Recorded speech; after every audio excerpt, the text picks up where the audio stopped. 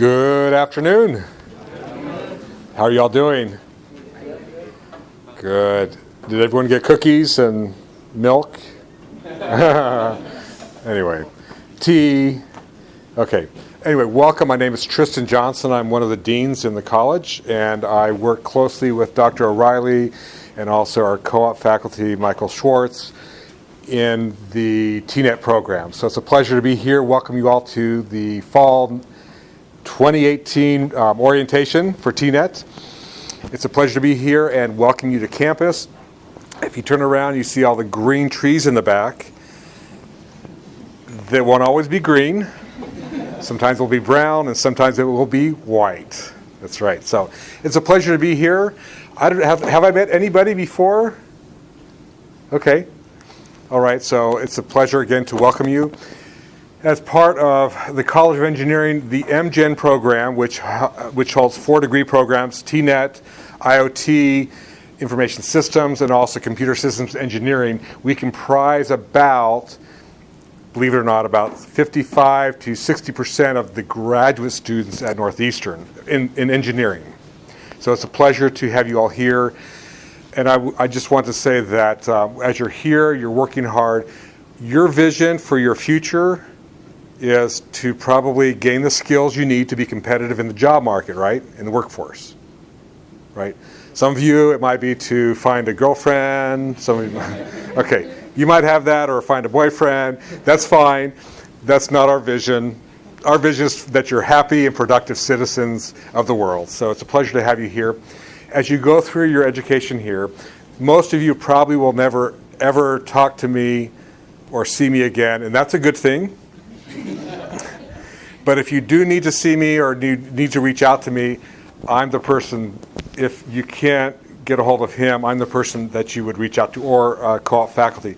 There's a lot of resources here, but I want to let you know that our passion here within the college, especially MGen, especially TNET, is to provide an education to you all that you can not only land your feet, but you can land your feet running when you graduate.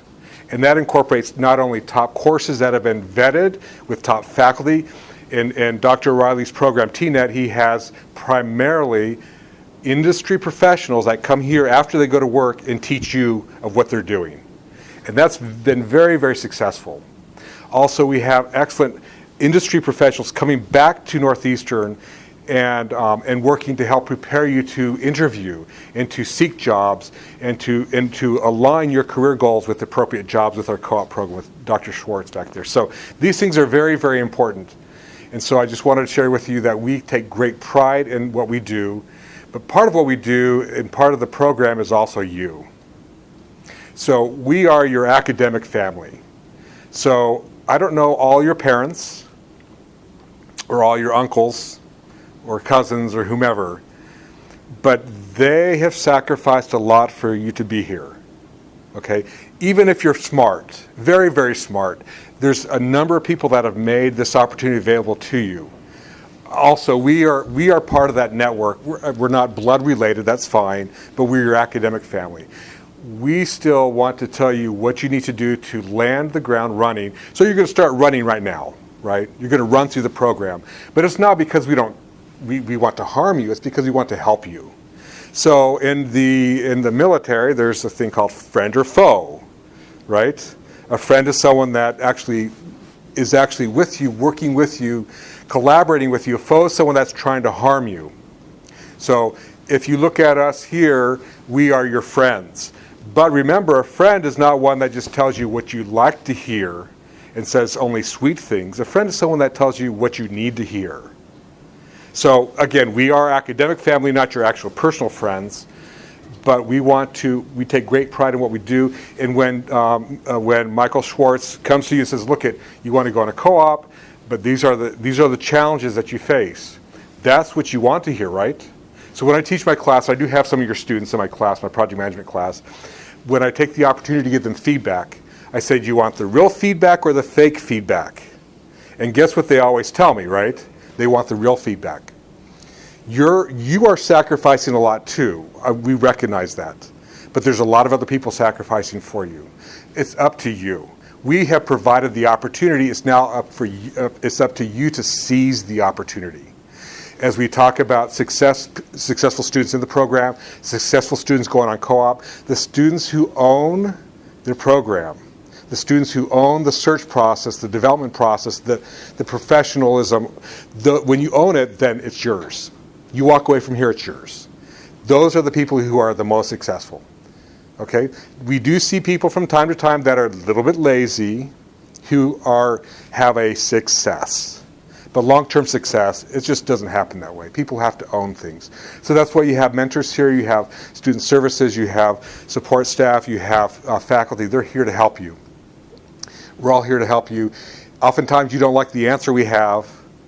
A few times you don't like the answer we have, but we're here because we know that this works. And I'm very proud of the work that Dr. O'Reilly's doing and in trying to modernize and keep the program fresh and competitive.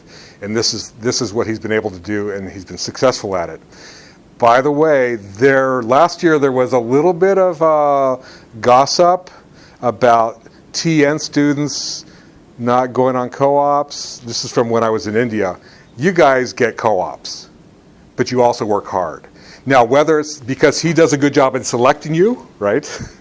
Or whether because you actually own it, there's a number of factors, but at the end of the day, there's still a lot of industry out there that need TN skills. Bottom line, okay? So we're happy to have you here. Please, if you have any questions, he has my name and number, she has my name and number, they all know my name and number, and you call me. If I can't answer, then it goes to voicemail, leave a message. I get back with you and we have success. Anyway, it's a pleasure to have you here. It's really an honor to have you guys as our new incoming cohort of fall 2018. We have great expectations for you, but we also have the same expectations for ourselves. I would never ask a student to do anything that I'm not willing to do. So when I'm up at night late, I expect you to be just teasing. Okay. All right. Again, welcome, and let's welcome Dr. O'Reilly to the stage. Dr. O'Reilly.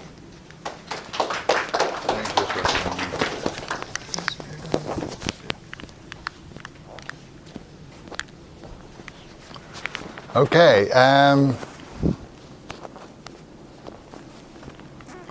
So, what we're going to go do here this afternoon is talk a bit about the program, talk quite a bit about the program actually, go into a lot of details of the program, so that you will know what to expect and who to go to when you have questions. I mean, different kinds of questions, you may have to go to different people. I want to make this very interactive, okay? So anytime you can stop me, ask a question, okay? Don't be saving up questions to the end or anything like that, okay?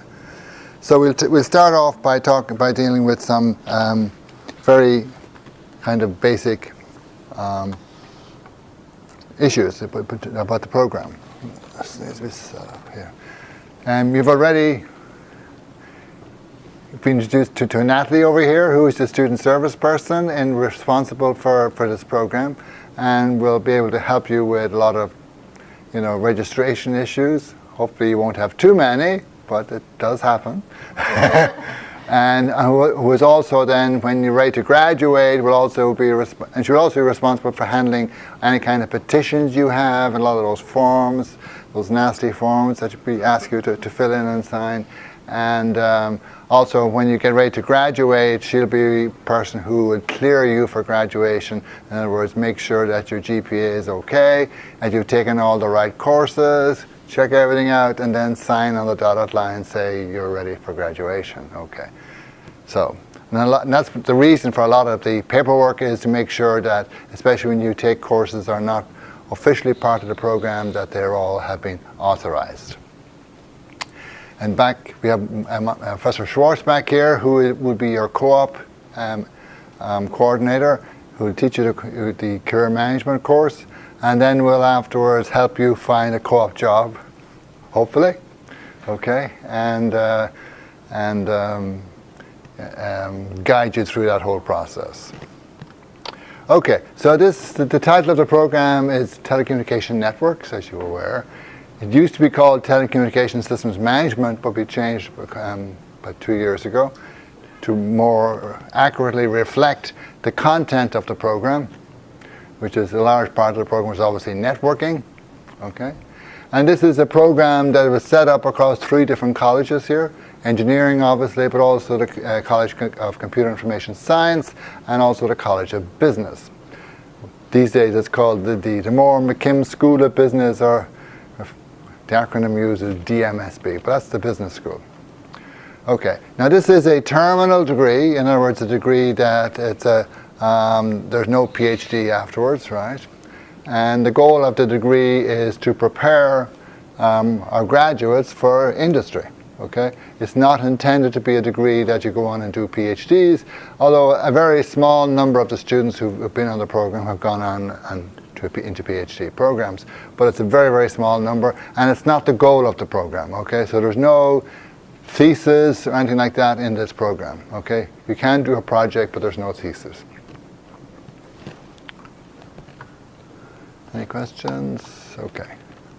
So this is the goal of the program, obviously, as I mentioned, to prepare you for industry, either in this country or internationally, in the general areas of networking, wireless, perhaps even application development, building applications for, like for mobile companies and so on, and the kind of companies that who hire our students.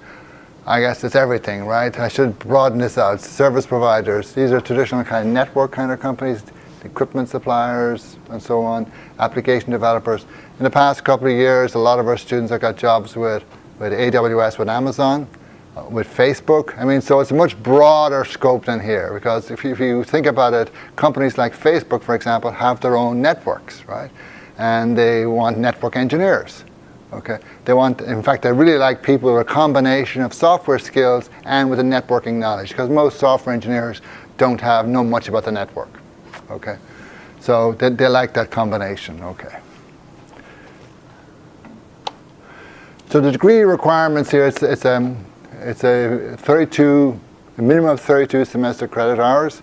It can be more, but it has to be at least that. And it has to be also approved credit hours. They can't be any credit hours, right? So the program is structured as a mixture of required core courses and electives, okay? And the core courses, the 4 of them are all telecom, TLE courses. And then the electives can be taken out of the telecom program itself, okay? Out of other programs in the College of Engineering, Engineering Management, Information Systems, Computer System Engineering, Electrical Engineering, and so on. They can also be taken out of the College of Computer Information Science, okay? And either out of the Computer Science program, the Masters in Computer Science program, or the Information Assurance program. There's at least one course there that's some students are interested in security. And then there's courses out of the School of Business, okay? Courses you can take there are generally from the part-time MBA, okay, and also from the Technical Entrepreneurship program, okay, not the full-time MBA, or any other special MBAs they have over there. The whole bunch of MBAs, you know, but just the part-time MBA is the one, which really means that courses are in the evenings or on weekends, okay. And as I mentioned before, there's no thesis or project requirement in this program. So 8 courses. It can be more than 8 if you have not met the requirements to get full requirements for the program, and that doesn't normally happen. Now a core course can only be waived if most of the material has been covered satisfactory in another graduate course elsewhere, and in general that's not the case, to be quite honest. Especially since we restructured the program a year ago, it's very unlikely that any of the core courses are going to get waived. Previously, a lot of students got a waiver from one of the core communications course, which doesn't exist anymore. So today, pretty much, it's very unlikely you're going to get a waiver from any of the core courses. And the core courses, there are 3 of them are technical, and 1 of them is a business course. You need to take at least 2 business courses, the 1 core business course and an elective. Okay, and so overall, if you like, you need to take at least 1 business elective and 1 technology elective. In the last year or two, just let you know that I have sometimes waived the requirement to take the business elective for students who really come up with a good case as to why they shouldn't take a business elective.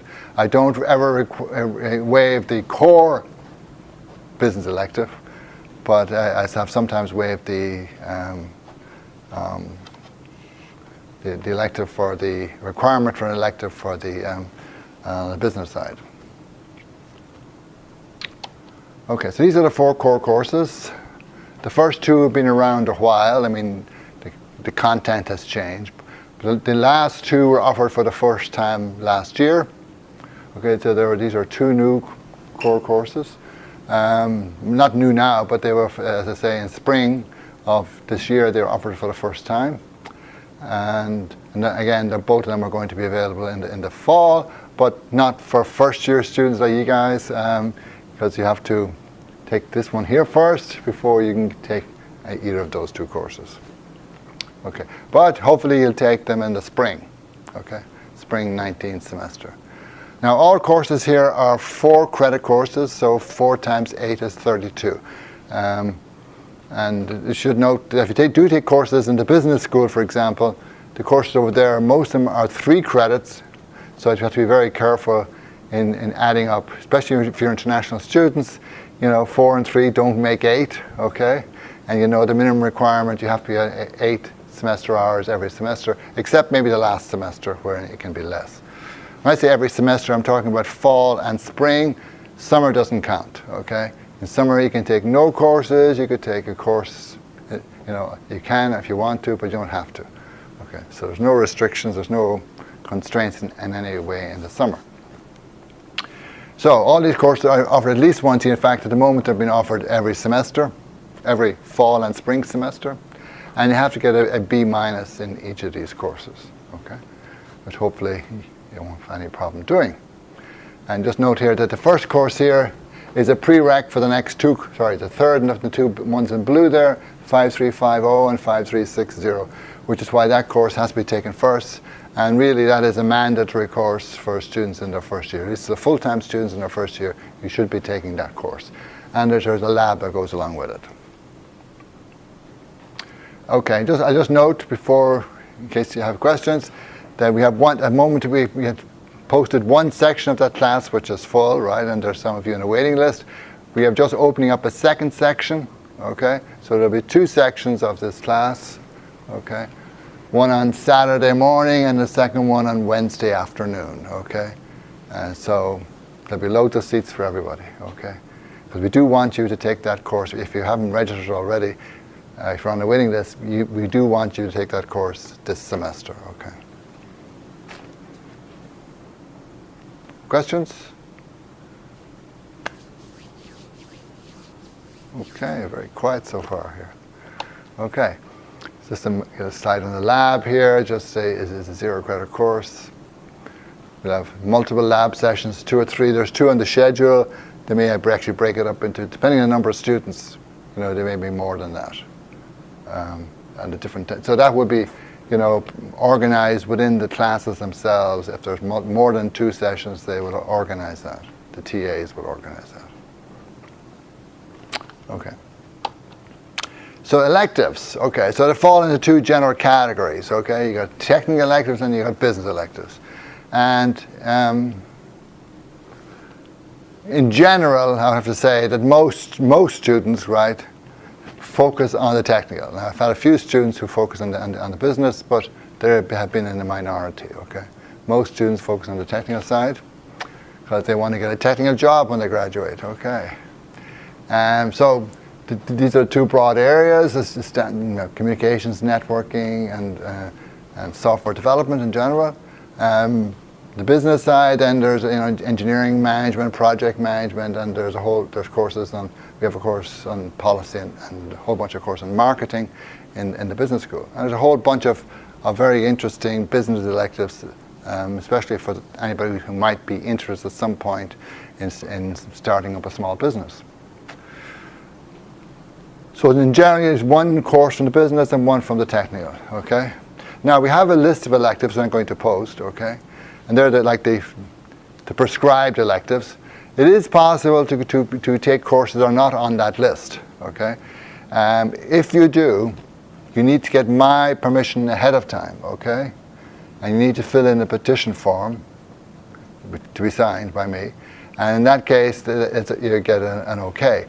It has happened in one or two cases over the past X number of years. There are students who have taken a course without getting permission ahead of time and then been rejected, saying this course was not satisfactory. Okay. So you still get a grade, you learned something, but it's not going to count towards your degree. That's what it is. If it's not approved by me, it doesn't count.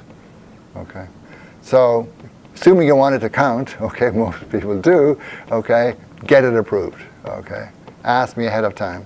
Just send me an email, and I will say yes or no. And then you will have to fill in, assuming you take the course, then you will have to fill in a petition form, but that's pretty straightforward. It doesn't have to be done right at the beginning, so you're not constantly waiting for petition forms to go through the process.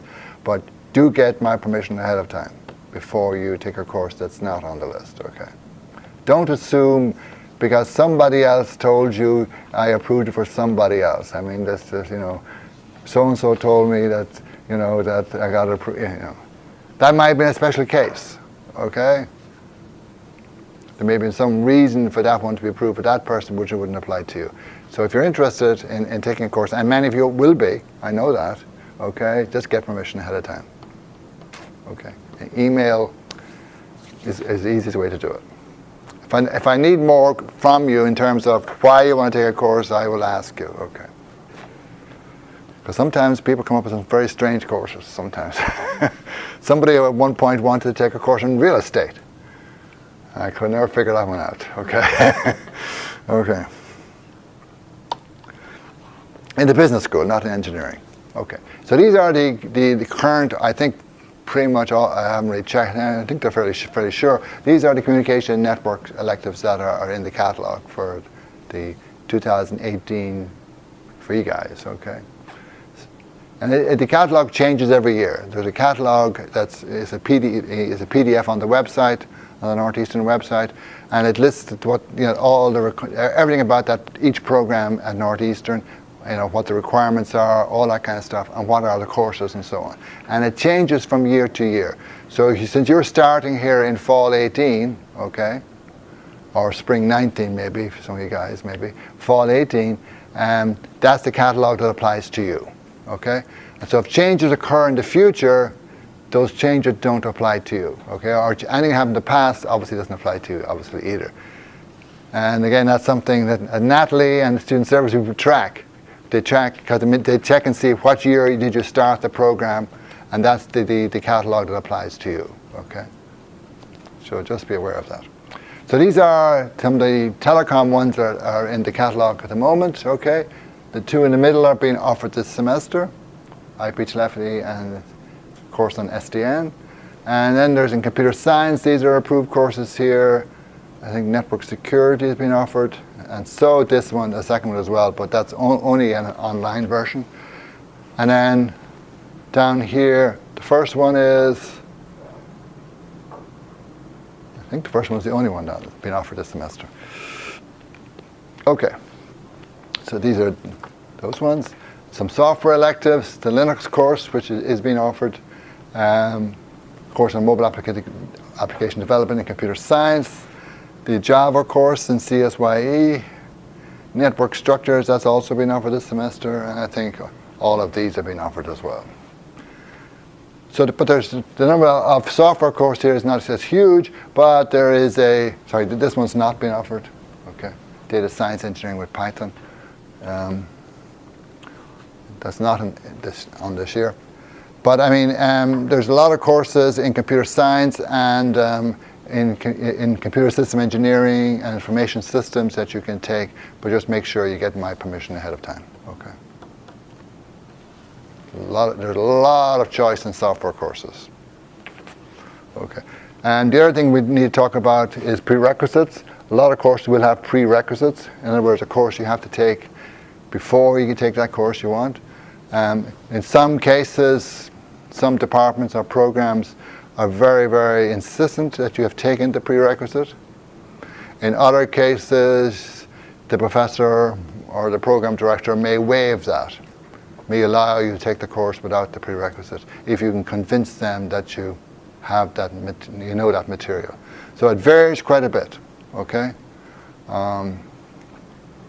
So you need to understand, like for example, in the information systems program, the CSYE program, Dr. Bugrara, who's the program director for those programs, is very insistent that you take prerequisites. He does not waive prerequisites, okay? So be aware of that. Whereas you go to electrical engineering, for example, and they tend to waive a lot of prerequisites, okay? You still need to get permission, but they tend to waive quite a bit, okay? And I think computer science very often, one of their things is they don't necessarily, most of their courses don't have any prerequisites, okay? But until you understand, you read through it and then you figure, oh, you need to know Java for this, okay? Or you need to know C++ or whatever. I mean, so it's not necessarily in the prerequisites, but they often require certain skill sets which you may or may not have, and it can differ from teacher to teacher to semester to semester, okay? Like for example, they have a course over there on networking, okay? And now the most recent version of the course requires that you understand that everything is done in C, okay? Does not appear in the course description, does not appear in the prerequisites, but if you walk in there and you don't know C inside out, you haven't a hope, okay? So, in a case like that, especially in dealing with computer science, it's always good to check with the professor and find out what skill sets or what you need for this, what knowledge you need for this course, okay? Okay, I want to say a few words about graduate certificates. Okay, graduate certificates you can take along with your master's degree. Okay, and here in the College of Engineering we offer quite a few graduate certificates. And that means that when you graduate you have your degree and your certificate as well. Okay, and it does allow, the certificates allow what they call double counting. And a course can be counted both as part of a certificate and a degree. Okay, so. And they're all very well defined in terms of what they are. They're on the College of Engineering website, and I think there's going to be a separate session, I think, on certificates, I think. Not doing it this year? Okay.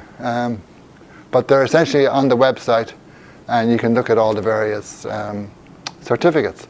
And you can figure out whether or not you're interested in one of those certificates. Because if you are, it needs some planning, okay?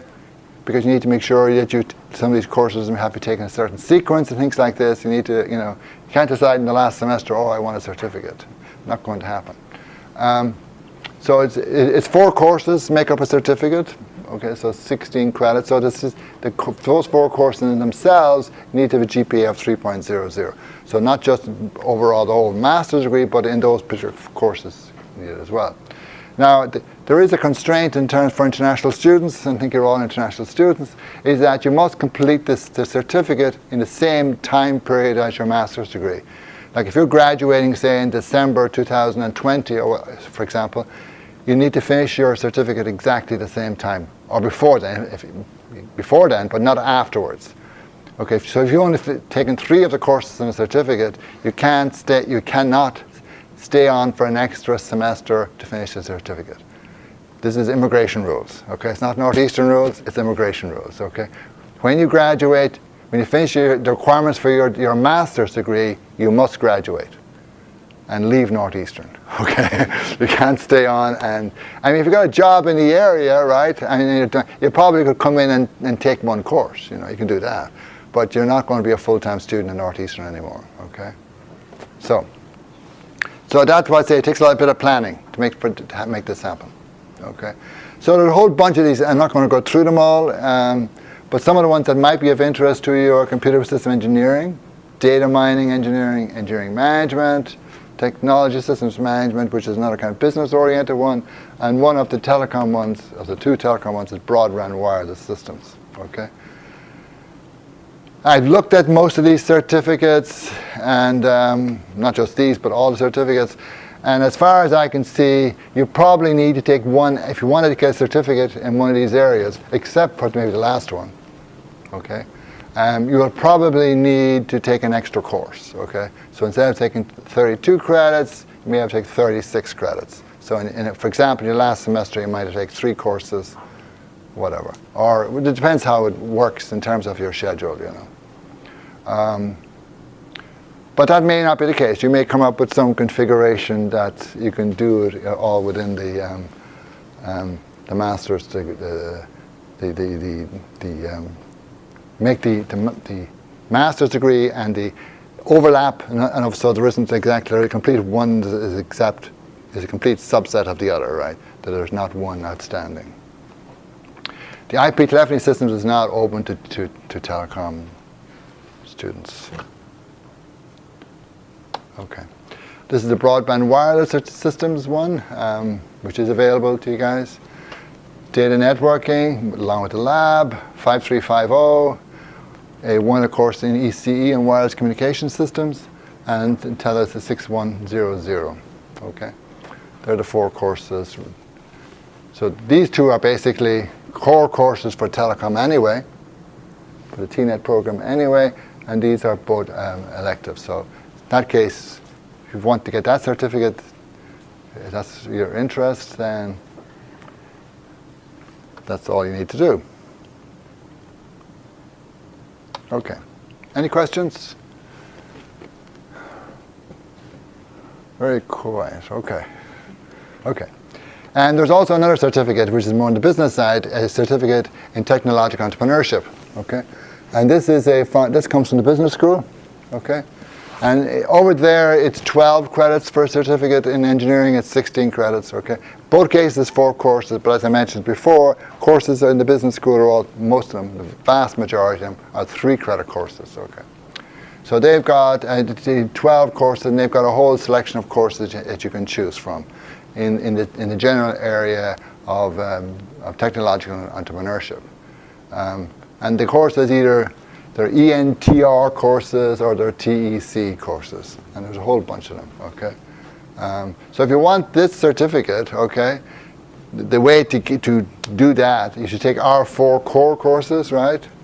You take 1 technical elective, okay? Now you're up to 5 courses, and you take the 4 courses over there, right? So you've met the requirement to take a technical elective as part of your degree, okay? And you've certainly met the requirement that you could take in the business elective, you've taken 4, this is 4 times 3, you see, so it adds up exactly to 32. So in that case, you could do both very easily without, you know, taking any extra, without costing you any extra money, right? For the cost of 32 credits. If you're interested, and some students have been, not a huge number, but some have been, you need to send an email to gradcertificates@northeastern.edu.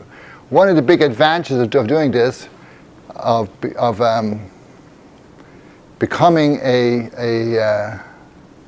of signing up basically for the certificate, okay, whether or not you're really interested in getting the certificate, okay, is that once you sign up, then you become a student in the business school, okay, and once you're a student in the business school, you have priority in terms of registering for classes, because when classes are put online for registering, like say for the spring 19, they generally happen in November. Okay, so they come online, but the business students will be able to, for a business course, business students will be able to register first, and then other students maybe a week before everybody else. They have a very complicated, staggered approach to registration for classes. And in general, students who are close to graduation have first priority. They get available if them opens up first. Then it works backwards, right? And then also other colleges, different colleges have restrictions, like College of Computer Science won't open up theirs to non-computer science students for maybe a couple of weeks afterwards. And a lot of the engineering departments are now doing the same thing. So registering for classes is not as simple as you might think. You know, it's not like the doors are open on one day and everybody has a chance to get in. No, it's staggered, okay, and over a period of time.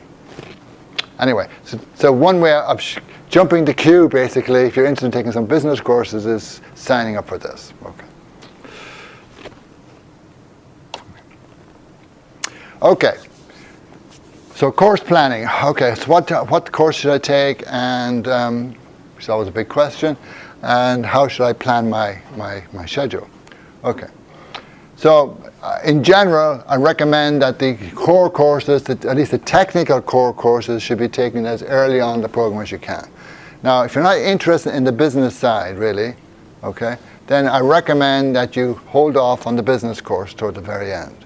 I mean, especially if you're interested in going on co-op, okay, you need to take technical courses at the beginning and build up your technical portfolio, okay. So I do not. I mean, if you can, if you want to, right? And there's nobody telling you what you have to take in what semester, okay? But in general, I do not recommend you to take the core business course, unless you're interested in the business area, right at the very beginning, okay?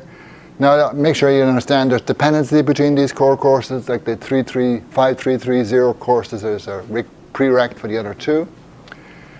In the case of core courses, you're generally aware they're generally offered most semesters, but other courses are not. Sometimes some courses are only offered once a year. Okay, I have some examples, but I mean, although that's not generally true, sometimes very often there is for some courses there is a pattern to when they're offered. Other courses, there's really not much pattern at all, quite honestly. They might offer it twice this year and then not at all next year, you know. And it's very hard to figure out from that, you know, especially in other colleges. Okay. Yeah, take into account when you're likely to be on co-op. Like for example, you're starting now, so the earliest you can go on co-op would be May of next year. Okay, that's the earliest. So if you expect to be, you know, on co-op in the fall of next year, you need to take that into account. If you don't expect to go on co-op until the following spring, say January of 2020, okay, then, you know, you should plan accordingly. Of course, knowing when you're going to when you get going on co-op is one of those imponderables, right? There's no clear answer to that. But you know, you may have, based on your prior work experience and things like that, you may have a better chance of getting an early co-op than some of the other students. Also take into account that, as I made dependency between courses. If there's a course you really want to take, okay, and you look at the catalog and say, oh, why do you want to take that course? Okay, make sure, go and look at the course and see what the prerequisites for that course are.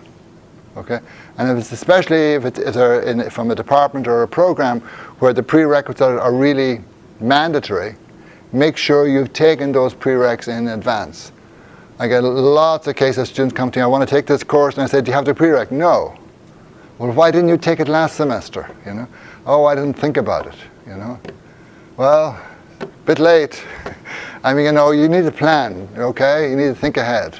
And sometimes there'll be maybe two prerequisites. One prereq is one course, a prereq for one course. They have to, you know, they're in a sequence.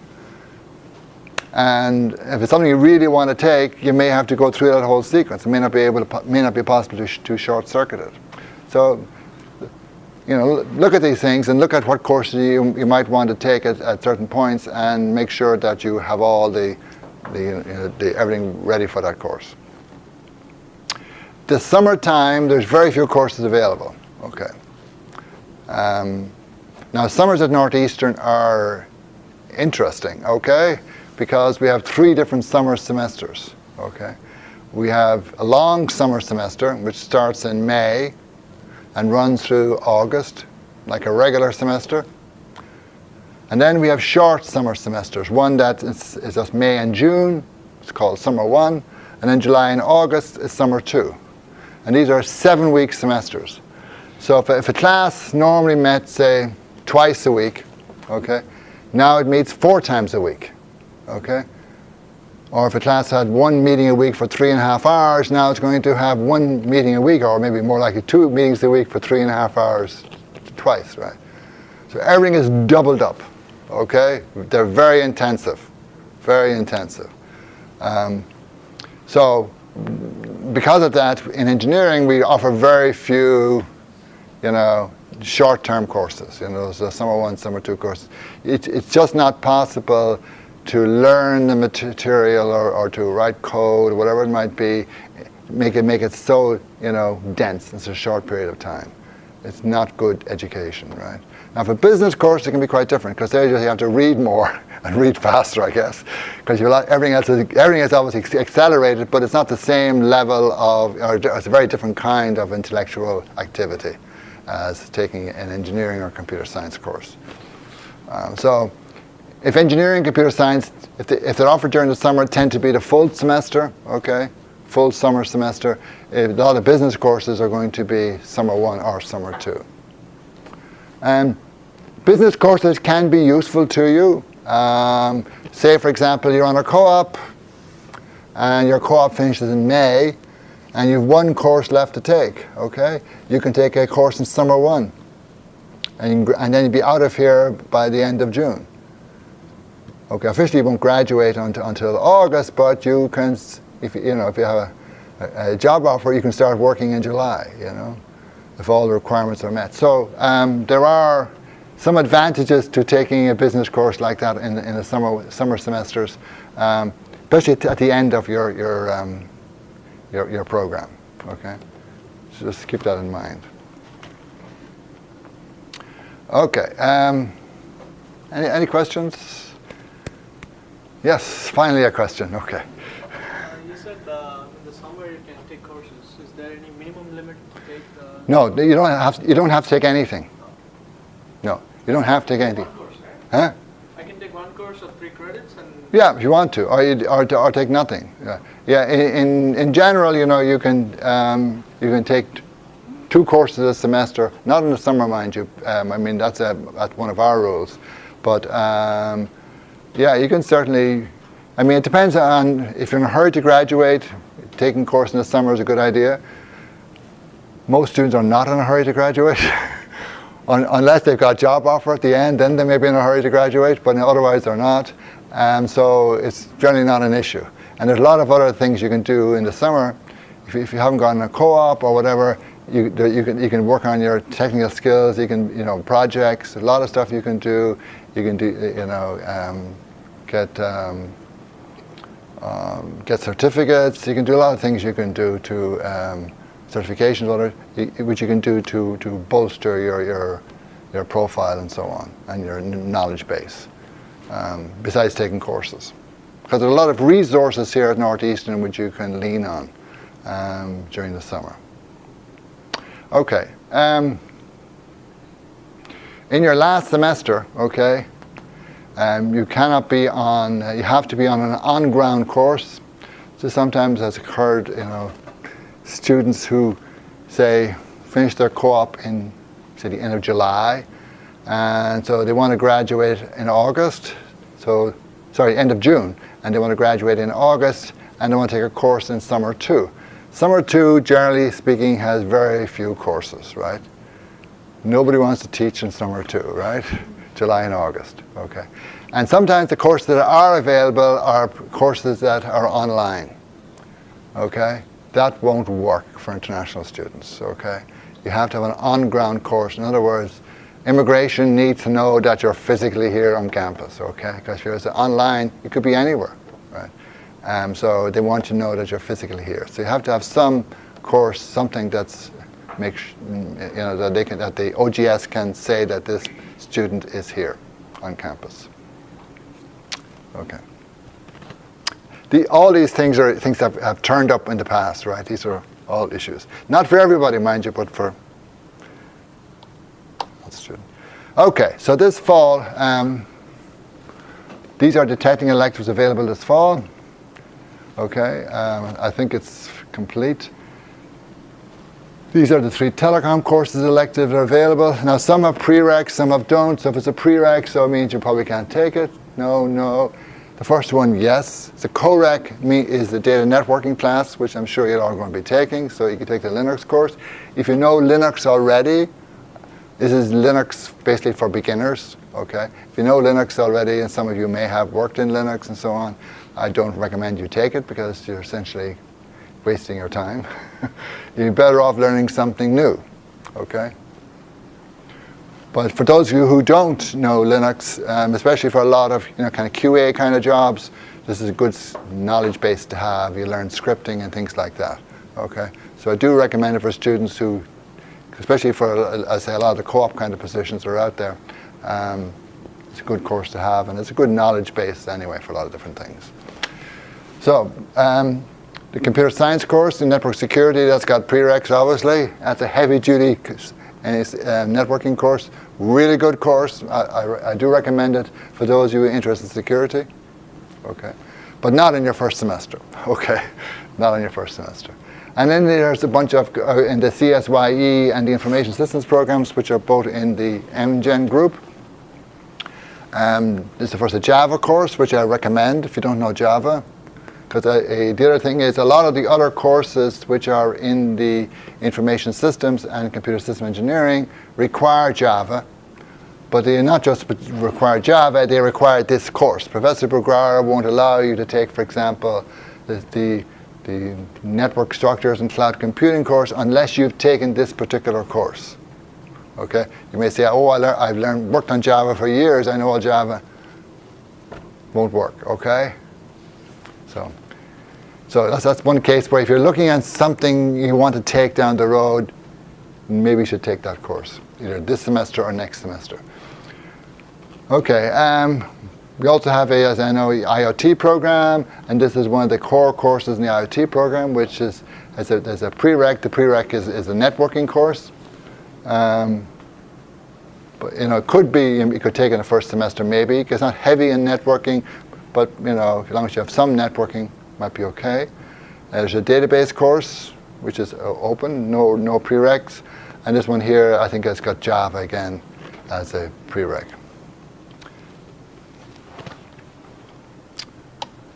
And these are some of the business electives, which you can take. The first three up there are from the engineering management program. Okay. And the rest are all down from the business school. And so this is a mix of courses here, one in kind of human resources, one on manufacturing, one on marketing, and these are all here. The last ones in blue here are examples of courses that are in the graduate certificate in technological entrepreneurship. Okay. Any questions? Okay, there's a lot of information here, right? And I know that most of you, at least from the past, have one or two questions in your head really about this semester, and there's a lot of stuff here about what the future, okay? But we don't do these orientation, we do it for incoming students. Maybe we should do one every year for all the students, because there's a lot of information here which will be very useful to you 6 months from now, or maybe when you're getting close to graduation. So there's a lot of information in here which will, so hopefully you'll remember some of it. Anyway, the slides will be available to you, and the presentation, the full presentation as well. Okay. So this semester, what do you take? Okay. Data networking, okay? No questions. Then the second course, okay. You could take the business course, okay? As I say, unless you really want to focus on the business side, I don't really recommend it. Okay, and I also don't, if you're in a case where you're a student whose English language skills aren't great, okay, I don't recommend it either. Because a lot of reading, class discussions, that kind of stuff, best to wait, I think, okay. So taking electives, okay, there's the Java course we mentioned, there's the Linux course. I would say they're probably the two best choices. There's also the database class as well, okay. And if you have any other course that you want to take, send me an email or whatever. I mean, as for the first semester.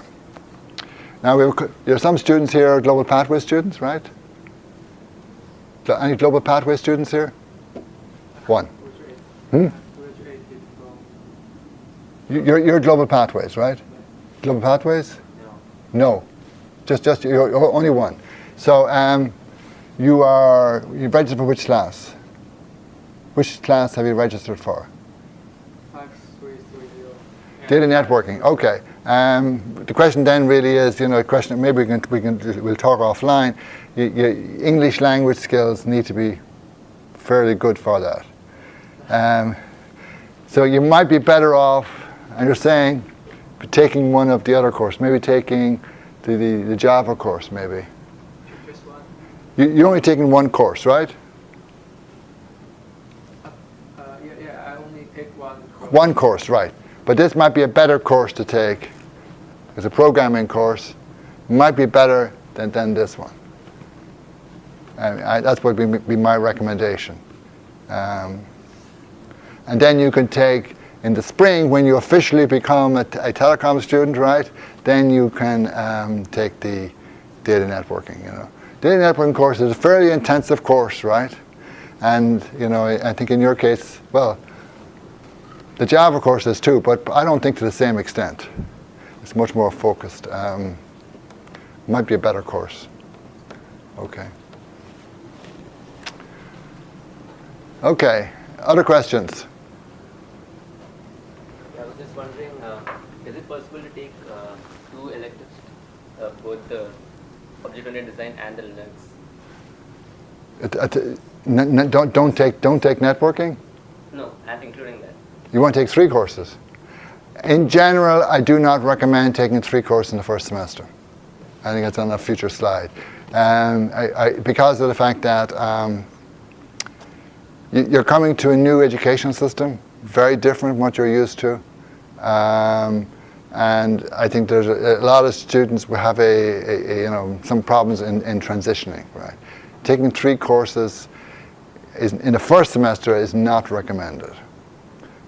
In the second semester, if you get a good GPA, if you do well in this semester, and then you come to me in the second semester you want to take 3, then yeah. But I just generally don't recommend it, no. First semester, I think, stick to 2. So I would go for this course up here, data networking, and one of those 2. Both of them will be, again, available in the spring. They will be offered in the spring. All these courses will be offered in the spring. Yeah. Okay, other questions? Yeah. We already selected the courses and registered for it. Now, if we want to change the courses, can we do it now? Yes, you can. Yes. Natalie will talk to you about that, but you need to do the change and add at the same time. You drop one, you add at the same time. Otherwise, they'll come back to you and say, you're violating they won't allow you to do it, because the minimum requirement for international students is 8. The system knows you're an international student, knows you've had to register for 8 credits. If you try and drop down below, it doesn't like it. Okay. Which can be a real problem in the last semester. Say you've only 1 course to take, and you register for 2 courses because you can't make your mind up, right? And then you want to drop one of them. The system won't allow you, okay? Then we have to do an override kind of a way. We have to talk to Natalie, and she can figure out how to take care of that. Happens a lot, okay? No big deal, but just has to be managed. Yeah, and then for spring, at this point, I know you're not thinking about spring semester, but I recommend you take the 2 other core technical courses. So in that case, you'll finish 3 technical core courses and 1 technical elective.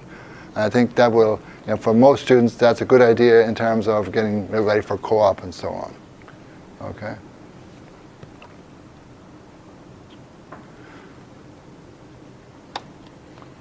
Okay. Student advising during the first, at the beginning of the semester here. These are my availability. Monday, Tuesday, Wednesday, Friday, 3 to 4:30 each day. I'm up on the 5th floor of Dana, which is across the street there. After that, office hours will be 3 to 4, Monday, Wednesday, Friday. A lot of questions you might have, you don't really need to see me about, okay? Say, for example, you want to take a particular course that's not in the official list, just send me an email. Okay. Most things can be taken care of by email. Not everything, that's for sure, but an awful lot can be. So it's easier just to send me, and usually fairly prompt in responding to emails, especially in the beginning of a semester. So I recommend doing that in many cases. Okay. We generally have a couple of meetings during the semester. One thing we're going to have is, I certainly hope, we have a feedback session for co-op in the end of September, early October. And this is a meeting we have every semester whereby students who have been in co-op recently will come in and talk about their co-op experiences, problems they may have had getting a co-op, and talk about the company and the kind of work that they did with the company. So it's an opportunity for you to talk to the students who have been through the process before. Now, last spring we had a meeting to set up a student society for telecom. We also had one to set up for the IoT one. In the case of the IoT case, we were very successful in setting up a student society, which is now fairly active. Telecom, nothing much happened, okay? We had a couple of meetings, didn't seem to be an awful lot of interest or follow through. It usually takes like a small number of students to really want this to happen, to become an official organization on campus. If you're an official organization on campus, you get access to funding from the student government. There's a lot of things, support you get, but you have to have a charter and things you want to do, okay, with the organization. I know the IoT group is very active. They have a lot of involved with local meetups, and they're trying to do with different companies and so on. So it needs, if you really want this to have a student society, it needs, a small number of students, maybe 3 or 4 students, to really push this thing through. It takes a bit of an effort, and then continue doing that. So if there's interest, okay, I'm willing to have a startup meeting, and I would bring in other students from IoT and maybe other organizations on campus, like the Indian organization. Can't remember its name. Bring them come in to talk about, because they've been going a long time, about the whole process and things like that, if there's interest. But I mean, if there's no interest in having a student society, then we won't do it, right? It's really up to you. Okay, so let me know if you're interested. Okay. Okay. Online sections of classes. When can you take online sections? Well, when you're on co-op, students on co-op are allowed to take 1 class each semester you're on co-op, okay? I don't generally recommend it, quite honestly, because my feeling about co-op is if you're on a co-op, you're working for a company 40 hours a week, okay? You're not there to study, okay? Your primary goal is to work for the company and do a good job, and maybe even they might even offer you a job at the end. Maybe, maybe not, whatever. But do a good job in any case. And taking a course can be a big distraction, okay? Because when are you going to have time to study? You're going to be working there. Very often, a lot of these companies expect you to do overtime. So you get home 8 o'clock in the evening and you're exhausted. You're not going to start studying, okay? Weekends, maybe. But I mean, that, so, I have very mixed feeling about if you're taking a business course, maybe, but taking a technical course, generally, a lot of them students who take technical courses on co-op don't do too well, because they don't really have the time to put into it. But you can take an online class like that. And of course, if you're local to the Boston area, you can actually, turn up, you can come to the class. If you're a class at 6 o'clock in the evening, and if you're working, say, downtown Boston, you can easily get here by 6 o'clock. If you're working out in the suburbs in a co-op, not so easy. The traffic isn't that good around Boston that you can get here. And you should not be asking your employer to get off early, okay? Okay? And the other thing that should not be happening is coming in late. We had some case of students arriving in at 8 o'clock in the evening, for an evening class. That is not acceptable, okay? Because they were working. If you can't arrive on time, you shouldn't be doing it, okay? Okay. So, you can take if there's no on-ground section, okay, or all the on-ground sections are full of a class, then you're allowed to sign up for the online section. But otherwise, you're not allowed to register for online sections, okay? Some courses will have a video streaming section, a V35 section, okay? And in that case, it's available. Like most of my courses, I record them, so there's a V35 section, maybe not officially, but in the cases where they are official V35 sections, everybody in the class gets access to the content, and where they can watch the class again. Okay, and this particular technology, this can be used anywhere on campus, pretty much. Okay, independent studies and directed studies. This is something that you probably haven't even noticed, but something you'll maybe think about in the future. Independent study is basically an individual project. Okay, it can be for 1, 2, or usually 1 or 2 credits, maybe 3. Okay, and these, if you want to do an individual independent study, most students don't. You need to submit a proposal to me or the professor at least a month in advance. Okay, so independent study, you have to come up with the idea. Okay, you just can't come to a professor and say, "Give me an independent study." It doesn't quite work like that. You say, "I want to study this particular topic," and what you're going to do for it. So you have to come up with a detail of what the plan is, what your deliverables at the end are going to be. Are you going to build a prototype? You know, do a simulation of some sort, whatever. Okay. So these are not all of these get approved, and generally there's some back and forth in developing the details of the project. Directed studies are different, where it's more focused on a particular topic. There's a prescribed course of study, and a master's project, a 4-credit master's project, is basically a big independent study. Okay, a 4-credit independent study. Okay. Okay. Working on and off campus. Okay.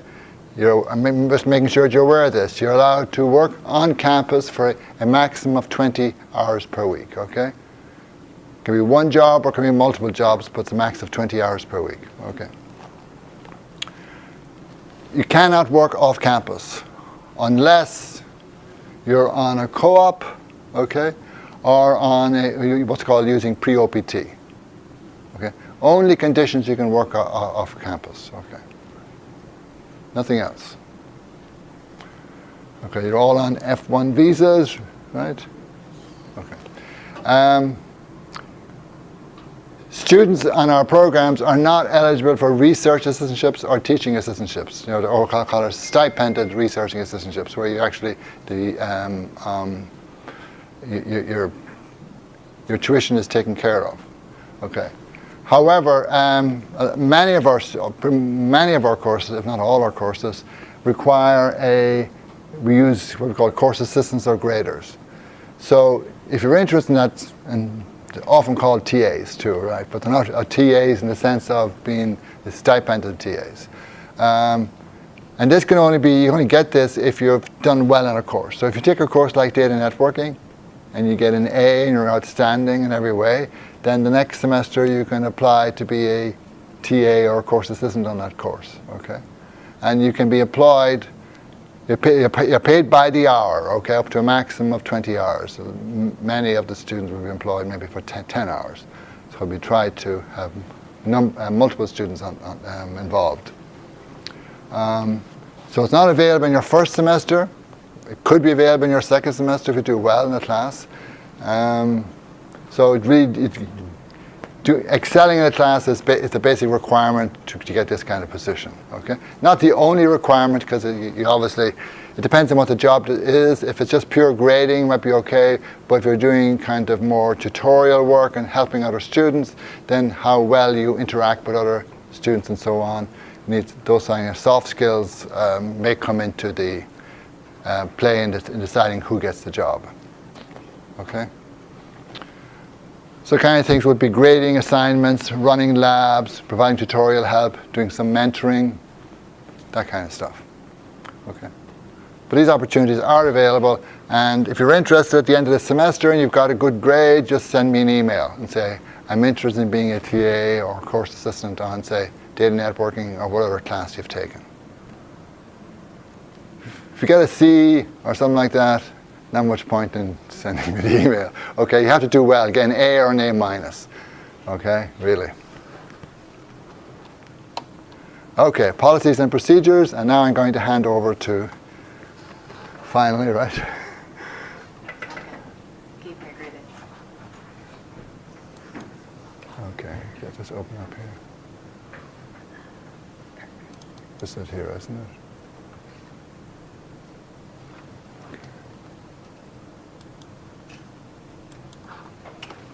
Okay. I think I might need Yes, you might need that.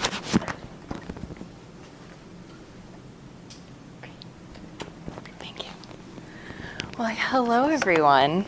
How are you doing today? Good.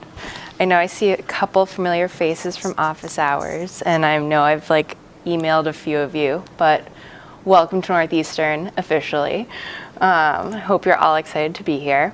So I'm Natalie. I am your student services advisor, and as Peter mentioned, I help you all with your course registration, your graduation requirements and review, and some other academic details like academic probation. No one in this room is going to be on that, right? No, because you're all superstars. And then other things like liaising with the Office of Global Services, which you guys are all probably familiar with, and your co-op advisors on academic compliance and whether or not you're eligible for some opportunities. So as I mentioned, I help you with your course registration, grad requirements, and academic probation. I also work with the Department of Electrical and Computer Engineering with the MS and doctoral students, and with other offices sending out communication through our newsletters and reminders about different things for the academic year so you guys can take advantage of all the opportunities that present themselves to you. And I am your academic SAVIS contact. So when you're applying for a co-op or need a program extension, I am one of your points of contact to come to for that approval process. So if anything is changing in your academic curriculum, make sure you're emailing me right away, and we're working on that plan together. So, Office of Global Services. How many of you are familiar with it? Everyone's hand should be up, probably. So if you haven't registered for one of the orientations yet, I highly recommend you do so. There are 6 sections offered, and if you haven't signed up, the next thing you're going to do after you leave here is sign up for one of those, because you must attend one of the OGS information sessions before the start of the school year. And then they will handle all of your F1 visa questions, your co-op requirements, your OPT and CPT, and they will also coordinate a lot of different events throughout the year, so make sure you're looking through your emails that they send you. They also have office hours daily from 11 a.m. to 3 p.m. So if you do have any questions during your academic planning, you can always stop in and meet with an advisor then. They're located in L Hall, which is around the corner on the 4th floor. It's one of the main buildings. So in Graduate Student Services, we help you with your resources, responsibilities, and just general assistance for navigating your graduate career. So this page should look familiar to y'all. If you haven't set up your My Northeastern portal yet, I would highly recommend you do so, because that means you haven't registered for your courses yet, which you must do before September 18th. I recommend before September 5th when courses start. So through this portal, you can access your email, your tuition and billing, Blackboard, information about your Husky card, and so much more. So if you haven't had the opportunity yet, I highly recommend you take a moment to go through and explore all of the resources available to you through that portal. The registrar's office is also an office that's going to help maintain your academic record. They have helpful tips on this website about course registration. So once you're on your My Northeastern portal and you're trying to figure out how do you actually register for courses, there are instructions on this website. And when we send you the PDF, you can click right on that link. I highly encourage you to save all these links that are in this presentation because they'll help you throughout the year. As Peter mentioned, you're getting a lot of information thrown at you right now, but in a couple months down the line, all of this information is going to be super helpful as you're trying to figure out what are you going to register for in the spring? Are you going to take a co-op opportunity? Things like that. And the graduate student catalog. This is going to be another great resource for you. Your TNET program curriculum can be found in the graduate catalog. I would highly recommend that you bookmark this page and make sure you're following what your core courses are that Peter outlined and know the approved electives, because if you want to take a course that isn't on this list, you are going to have to fill out a petition form and work with me and Peter on getting that approved and making sure that counts towards your graduation requirements, because come the semester you want to graduate, you don't want to find out that a course or two doesn't actually count. On the program catalog site, you're also going to find just the College of Engineering's academic policies and procedures. I would highly recommend taking a look over all of those. It discusses like grade requirements for your degree, but also if you're considering taking a leave of absence, has the Code of Student Conduct on there and the Student Bill of Academic Rights and Responsibilities. So good stuff to know as you start off your academic career here. The university calendar, another helpful resource. So the first day of classes, as I mentioned, is September 5th. The last day to add a class is September 18th. So as you guys are now you have all of the course information and maybe reconsidering that second course you're going to take, because you're all taking Tele 5330, right? Yes. If you want to add or drop a course, that second course, make sure you do that before the 18th. The last day to drop a course with a full refund is September 25th. Keep that in mind. However, if you dip below the 8 credits that you must maintain be in compliance with your visa, if you think that you're not going to do well on a course that you're enrolled in, please come to me sooner rather than later, because we will need to work with the Office of Global Services to figure out the best next steps. And I ask, please do not wait until September 23rd or 24th to reach out about this. Communication is key. And also to note, October 8th is a holiday in the States, and so no classes will be held. It's a Monday, if anyone wants to know. So this is a brief screenshot of our Graduate Student Services website. This page is like part of the homepage. It's farther down the scroll, but this section has a lot of information, not just available to you through the college, but through the whole university. So resources like the Career Development Office, the Husky Card Office, the Registrar's Office, Student Employment, Spiritual Life. I would highly recommend taking a look at these. Also in that corner is the Graduate Student Services team. So if you see any of the advisors here, say hello, introduce yourselves. They're very friendly and are able to help you if you can't find me. Also on this page, I want to point out the forms. This is going to be super important for when you want to request a petition, or if you're trying to get into a class that potentially needs an override due to a prerequisite error or just a program restriction, because if you aren't in a certain program, then you won't be allowed in. So, graduate forms. So once you click on that link, as I mentioned, the petition form is here, and the override request form. So you're mainly going to be working off of those two. Let's see. So, as Peter mentioned, if you're considering a course that you'll need a petition for, email him as soon as you think that, because it's better to be in communication with either him or me before the start of the semester that you intend to enroll, because catching a course later on, if you're not approved during your graduate review, might not bode well for you. And once you reach out to Peter, get that approval, you're going to find this form. You're going to fill out the first portion, parts 1 and 2, and sign it, have Professor O'Reilly sign it, and then drop it off to 130 Snell. You can also fill this form out with me, bring a hard copy to 130 Snell, and I can work with Professor O'Reilly to get approval and your signatures, and the signatures needed. So, as a grad student, you are responsible for learning all these policies that I mentioned and being able to be your advocate and asking questions when you need it. As Dean Johnson mentioned, Peter's here, Mike, I am here to help you navigate this grad school career. So if you do have questions, it is your responsibility to ask them and be timely with them too. So knowing your academic requirements is also about your responsibilities. So you're going to be needing to complete your degree program by meeting all the requirements in your catalog that I showed you earlier. You need your cumulative GPA to be a 3.0, which is a B average. As Peter mentioned, your core courses need to have a B- average, at least. Well, a grade C or better for your whole program. And then to graduate successfully, you need to have that B- average applied to the entire degree. So if you don't meet the 3.0 average in a term, you will enter into academic probation.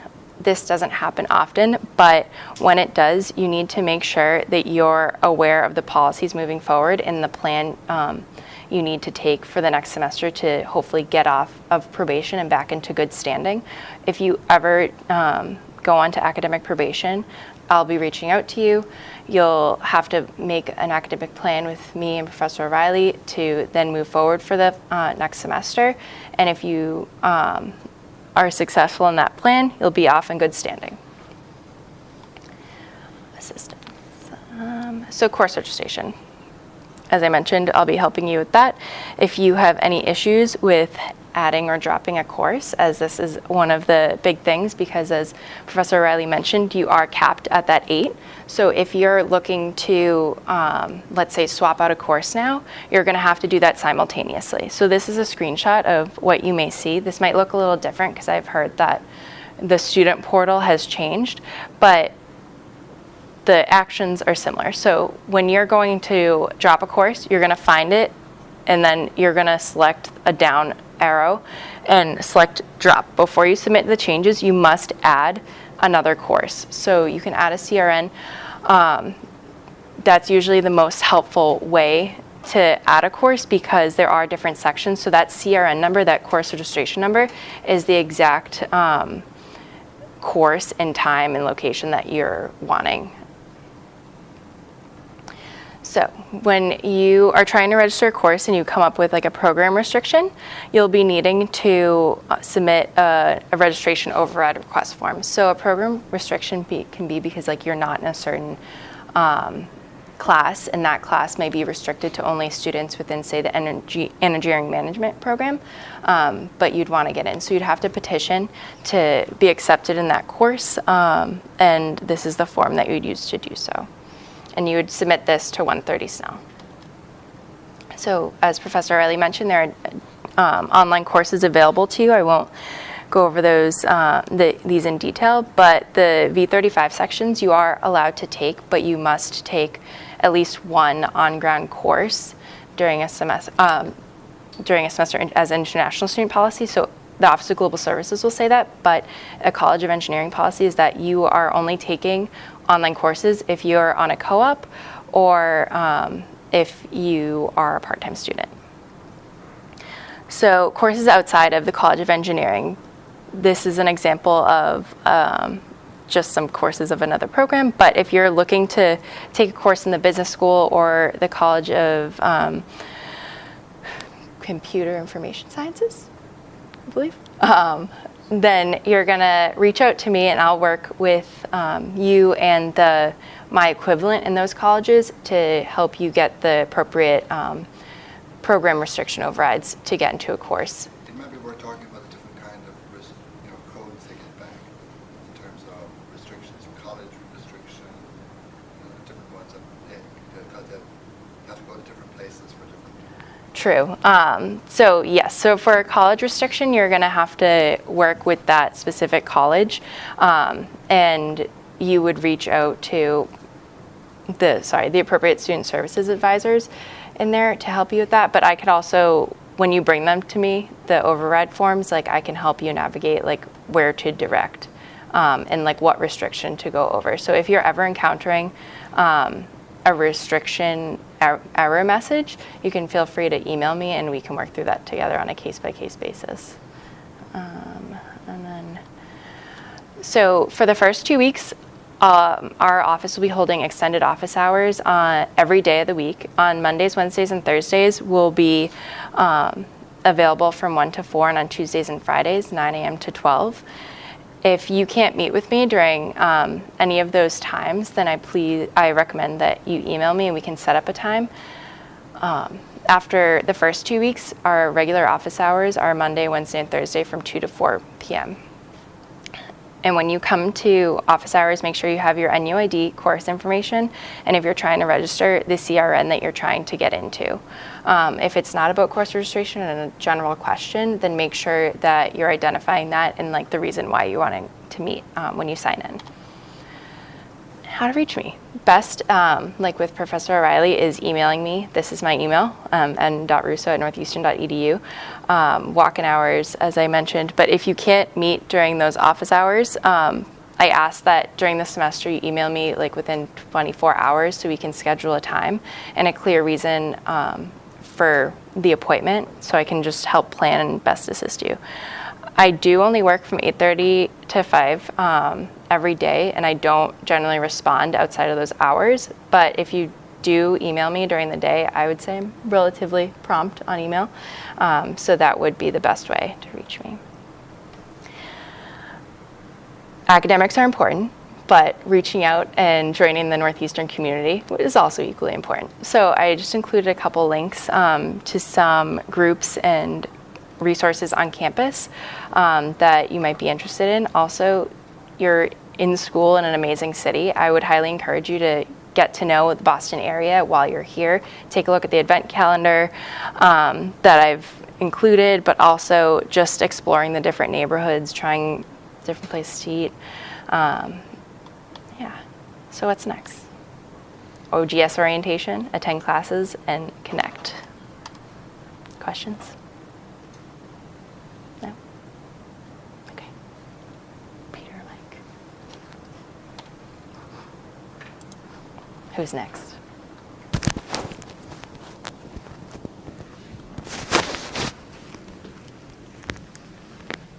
Thank you, Natalie.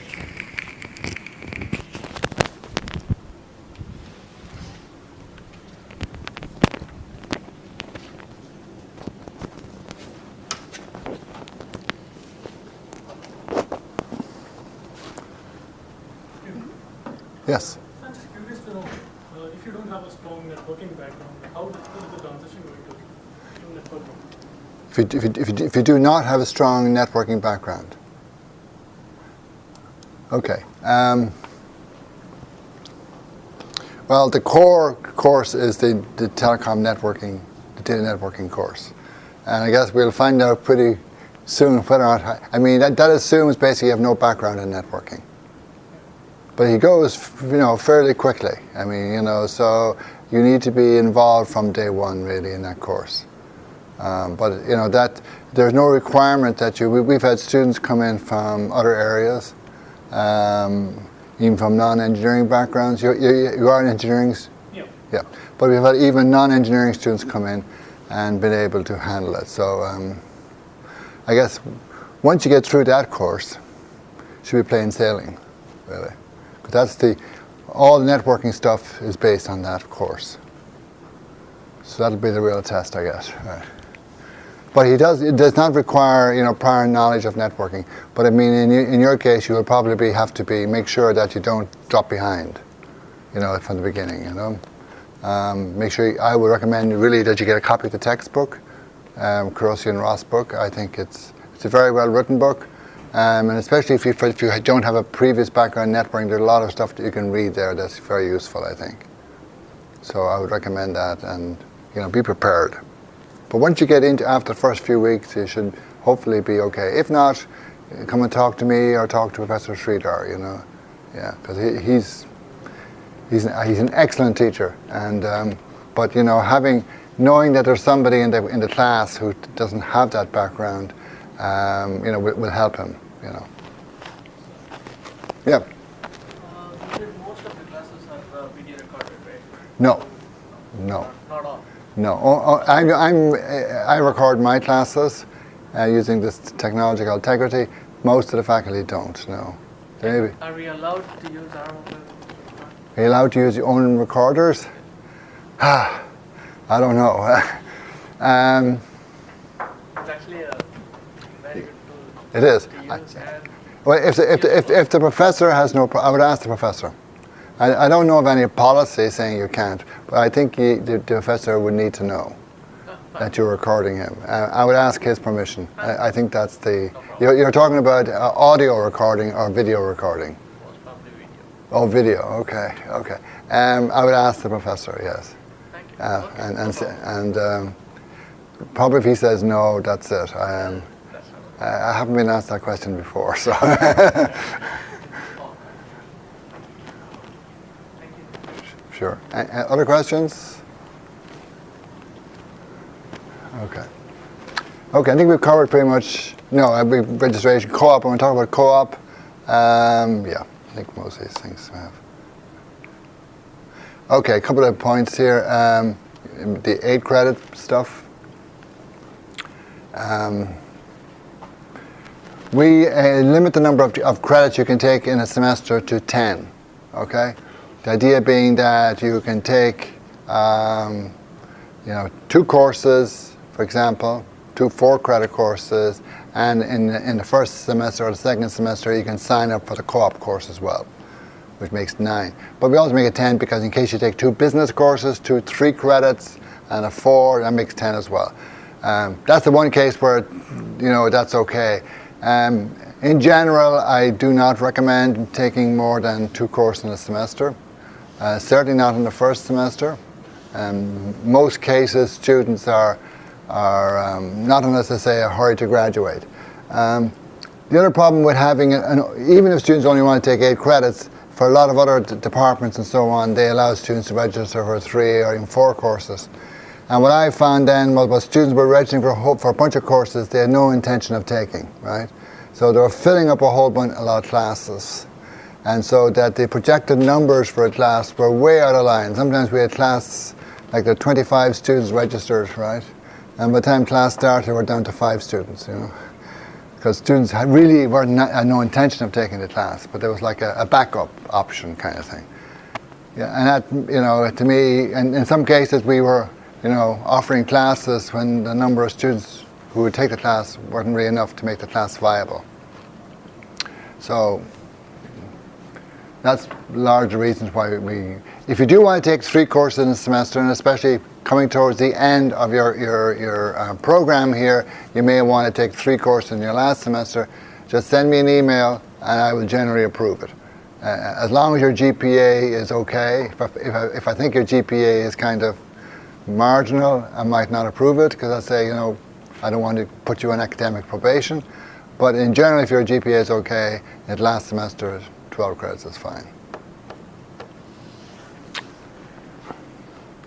Now, a lot of courses have wait lists. We didn't talk about wait lists, did we? No. Wait lists, okay.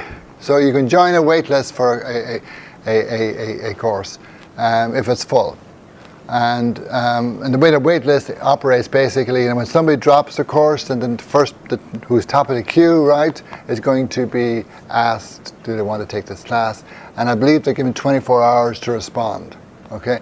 And if you don't respond, you're dropped completely off the list, okay? So you have to respond in that window.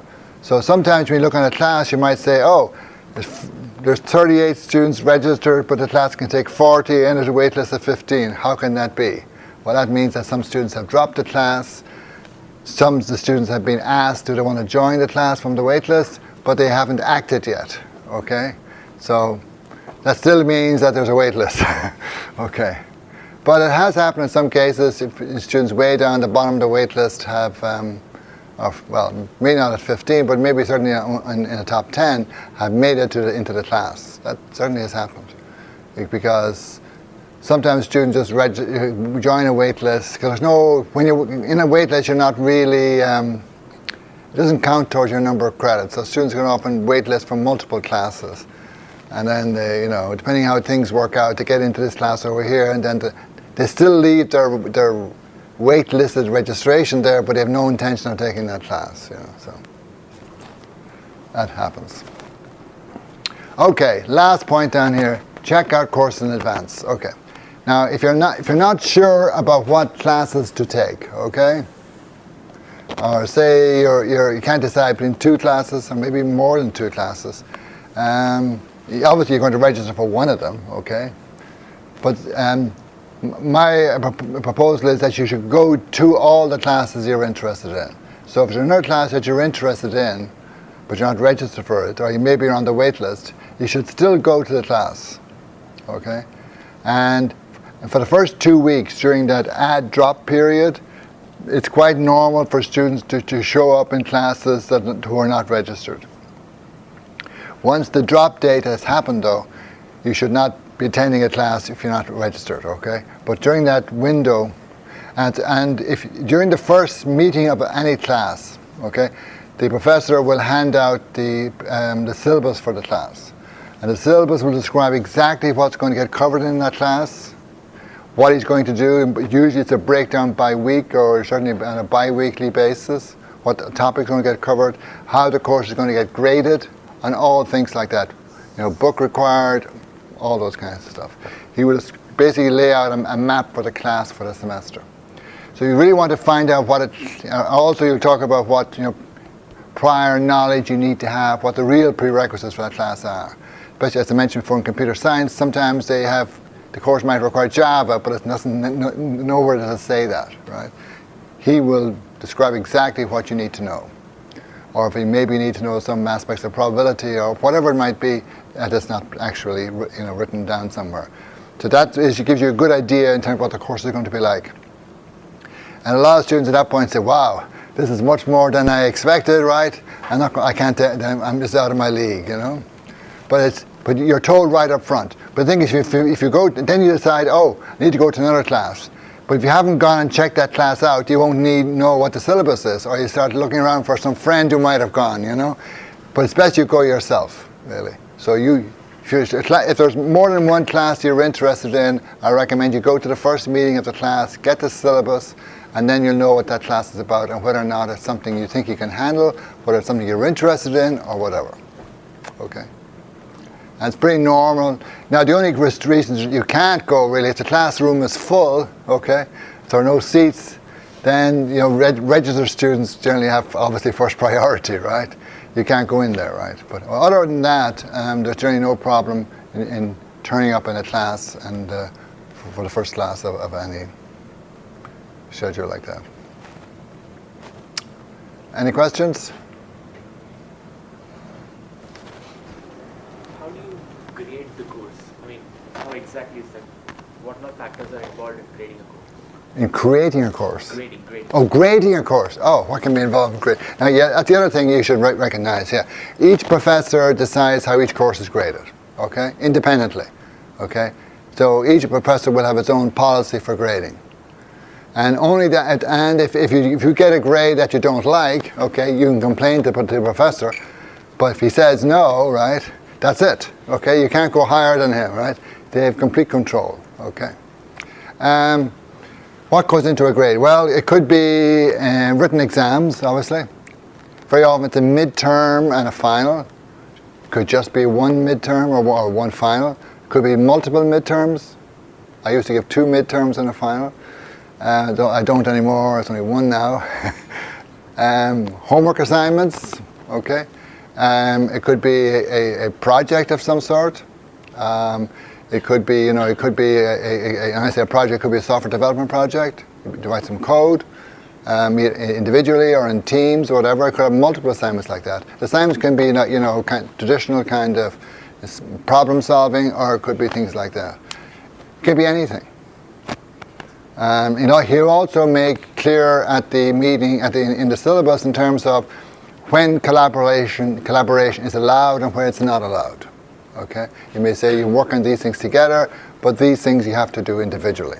Okay, and you better follow his instructions. Okay, so but each professor, the guidelines or the rules, if you like, for grading are going to be very, very different. Okay, most courses will have a final exam, but not all. It could even have maybe a take-home exam. So that's not terribly common, but it could happen. Yeah. Could be anything.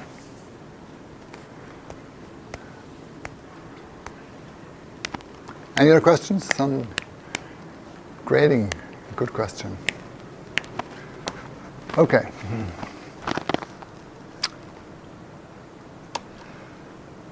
Okay, outside the College of Engineering. Okay. Co-op. Okay.